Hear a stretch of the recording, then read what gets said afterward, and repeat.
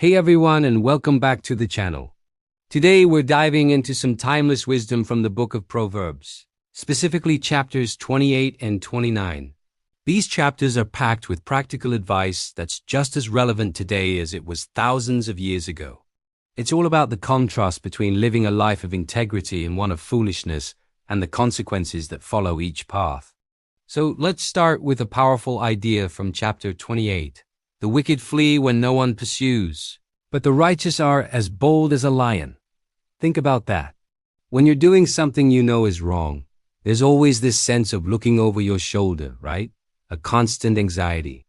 But when you live with integrity, with a clear conscience, you can face the world with confidence and courage. There's no fear of being found out because you're living in the light. This isn't about being perfect. It's about being honest and upright in your dealings. Another key theme is how we handle wealth and our relationship with the poor. Proverbs 28-27 says, "Whoever gives to the poor will not want, but he who hides his eyes will get many a curse." This isn't just a command to be generous. It's a principle of life. When we open our hearts and hands to those in need, we're participating in a cycle of blessing. But when we intentionally ignore the suffering around us, we cut ourselves off from that flow.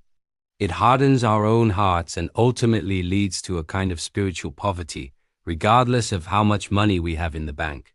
Moving into chapter 29, the focus shifts a bit more towards leadership, justice, and the importance of discipline.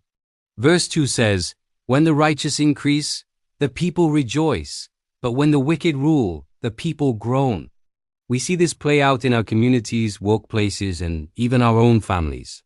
Good, just leadership brings stability and joy. Corrupt or selfish leadership brings misery and despair. It reminds us of the responsibility that comes with any position of influence, big or small. Our choices don't just affect us. They create the environment that everyone else has to live in. Then there's the theme of correction and discipline, which is so countercultural today. Proverbs 29-15 tells us, "The rod and reproof give wisdom, but a child left to himself brings shame to his mother." Now, this isn't about harsh or abusive punishment.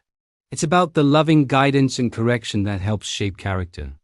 Without boundaries, without being taught right from wrong, we're left to our own worst impulses. True love for someone, whether it's a child or a friend, sometimes means saying the hard thing and providing the correction they need to grow. Ignoring bad behavior isn't kindness. It's neglect. Finally, let's touch on the danger of pride and the fear of man. Chapter 29, verse 25 is a classic. "The fear of man lays a snare, but whoever trusts in the Lord is safe." How often do we make decisions based on what other people will think of us? We're afraid of being judged, canceled, or left out. This fear is a trap. It keeps us from doing what we know is right. But the antidote is simple, though not always easy. Trust in God. When our security and identity are found in Him, the opinions of others lose their power. We're free to live boldly and authentically.